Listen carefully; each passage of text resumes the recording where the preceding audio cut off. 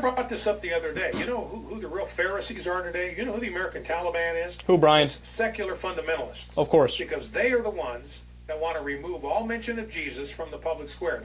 And they're the Taliban. Taliban wants to do the same thing. Taliban wants to drive Christ and any mention of Christ and drive Christians from the public square. So who is the Taliban today? Who are the Pharisees today?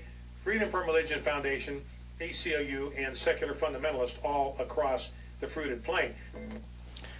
So the definition of fundamentalism is defined as the demand for a strict adherence to specific theological doctrines. So it's impossible to have a secular fundamentalist. It's a contradiction in terms. It's like saying virgin hooker. It doesn't exist. But of course, reality does not stop Bryan Fischer. And of course, the secular fundamentalists are the American Taliban.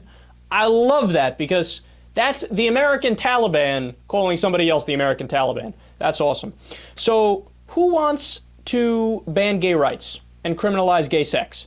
Bryan Fischer does, and the Taliban does. Who wants to have a holy book become the rule of law?